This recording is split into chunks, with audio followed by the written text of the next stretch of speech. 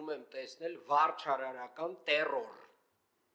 Ես ուզում եմ տեսնել վարչարարական տերոր։ Պետքա բողոքներ, լաց,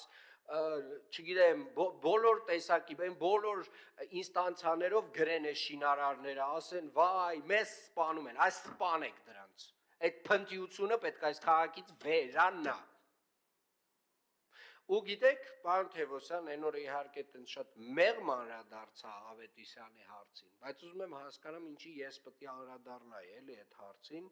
որովհետև այնուամենայնիվ սենց հիմա նորից վերադառնում եմ էլի այդ հարցին, գործակարգավարականին ես խոսեցի այն մասին, որ այնտեղ խնդիրը